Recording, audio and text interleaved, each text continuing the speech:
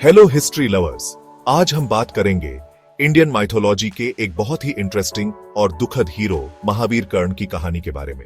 कर्ण की कहानी शुरू होती है एक दिव्य आशीर्वाद से। उनकी माता कुंती को ऋषि दुर्वासा से एक वरदान मिला था, जिससे वो किसी भी देवता का आवाहन करके उनसे संतान प्राप्त कर सकती थीं। उत्सुकता और श्रद्धा से उन्होंने सूर्य देव का आवाहन किया और इस तरह कर्ण का जन्म हुआ। लेकिन कुंती अविवाहित थीं और समाज के तानों से डरती थीं, इसलिए उन्होंने अपने नवजात बेटे को छोड़ने का दुखद फैसला लिया।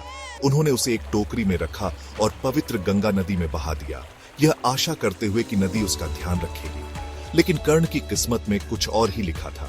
उन्हें एक दयालु सारथी अधिरथ और उनकी पत्नी राधा ने बचा लिया। उन्होंने उसे अपने बेटे की तरह पाला और कर्ण प्यार से पले बढ़े।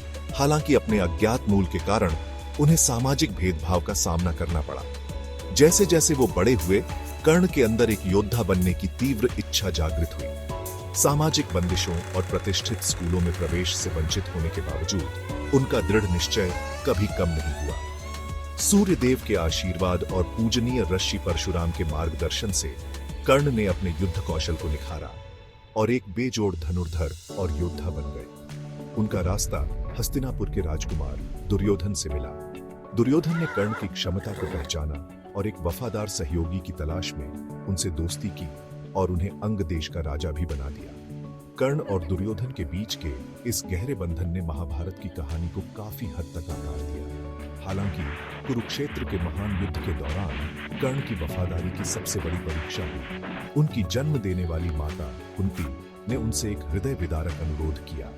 उन्होंने उनके असली वंश का खुलासा किया और उनसे दुर्योधन और कौरवों के खिलाफ अपने दूसरे बेटों पांडवों के साथ मिलकर लड़ने का आग्रह किया।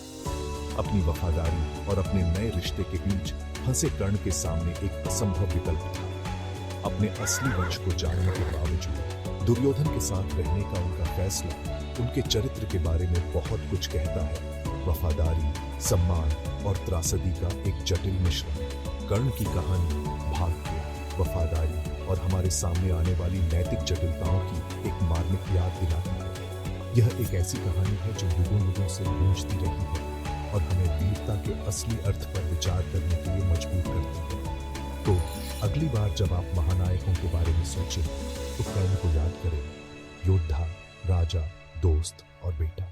देखने के लिए धन्यवाद और इतिहास की ऐसी ही और कहानियों के लिए लाइक, सब्सक्राइब और बेल आइकॉन दबाना न भूलें। अगले वीडियो में मिलते हैं।